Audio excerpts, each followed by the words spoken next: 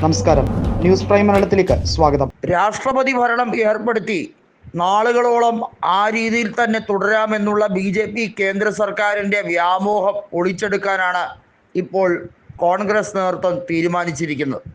മണിപ്പൂരിൽ നമുക്കറിയാം, കോൺഗ്രസിന് ലോക്സഭാ തിരഞ്ഞെടുപ്പിൽ വലിയ മുന്നേറ്റമാണ് ഉണ്ടാക്കാൻ കഴിഞ്ഞത്. ഇന്നർ മണിപ്പൂരിലും ഔട്ടർ മണിപ്പൂരിലും 2 ലോക്സഭാ സീറ്റിലും കോൺഗ്രസ് ബഹുദൂരം മുന്നിലെത്തുകയും 2 ലോക്സഭാ എംപിമാരും കർമ്മനിരതയോടുകൂടി ലോക്സഭയിൽ മണിപ്പൂർ വിഷയം കൃത്യമായി ചർച്ച ചെയ്യുകയും എന്നാൽ ഒരു അക്ഷരം പോലും ഉരിയാടാതെ കേന്ദ്ര ആഭ്യന്തരമന്ത്രി തടി തപ്പുകയും ചെയ്യുന്ന ഒരു കാഴ്ചയാണ് കണ്ടത്.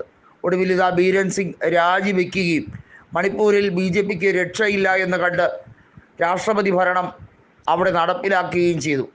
എന്നാൽ മണിപ്പൂരിലെ നിയമസഭാ തെരഞ്ഞെടുപ്പ് ബീഹാറിനോടൊപ്പം നടത്തുന്ന രീതിയിലേക്ക് ഇലക്ഷൻ കമ്മീഷൻ മാറ്റാൻ സാധ്യതയില്ല. കാരണം ബി.ജെ.പിക്ക് തന്നെ അറിയാം, മണിപ്പൂരിൽ ഈ അടുത്ത കാലത്തെങ്ങാനും തെരഞ്ഞെടുപ്പ് നടന്നാൽ അവിടെ ബി.ജെ.പി 2 അക്കത്തിലേക്ക് കടക്കില്ല, തകർന്നടിയും എന്നുള്ളത്.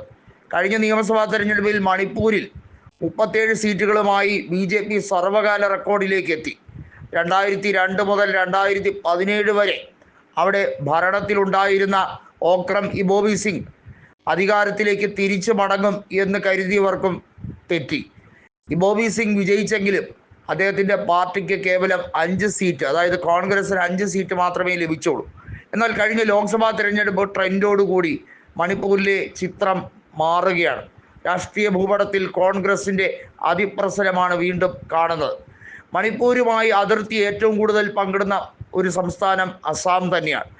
ബി.ജെ.പി കോൺഗ്രസിൻ്റെ കയ്യിൽ നിന്നും പിടിച്ചു വാങ്ങിയ സംസ്ഥാനം.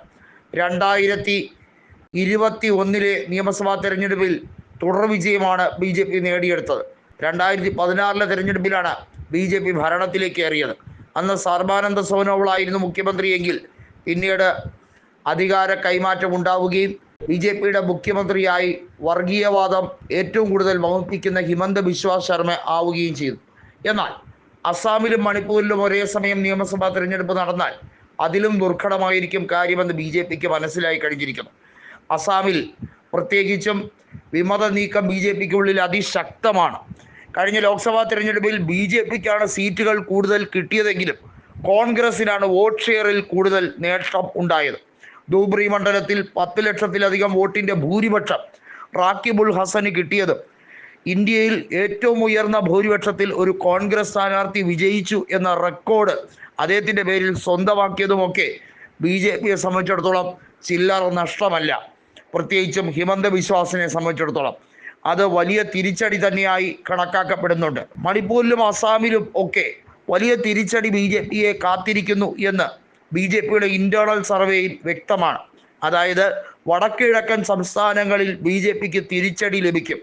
അങ്ങനെ സംഭവിച്ചാൽ പിന്നെ അധികാരത്തിലേക്ക് തിരിച്ചു വരിക പ്രയാസമേറിയ കാര്യമായിരിക്കും.